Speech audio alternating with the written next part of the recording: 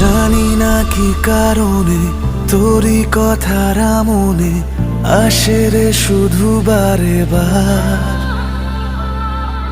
লাগে না কিছু ভালো হয়ে যে অগোছালো, বুঝি না কি হলো আমার। তুই চুপি চুপি কবে মনের এ শহরে বেঁধে নিলি যে ঘর, তুই থাক আমার পাশে, সামনে নেব যদি আসে বেনামি ঝড়। তোরই কারণে মনে খুশিরা এলো ফিরে,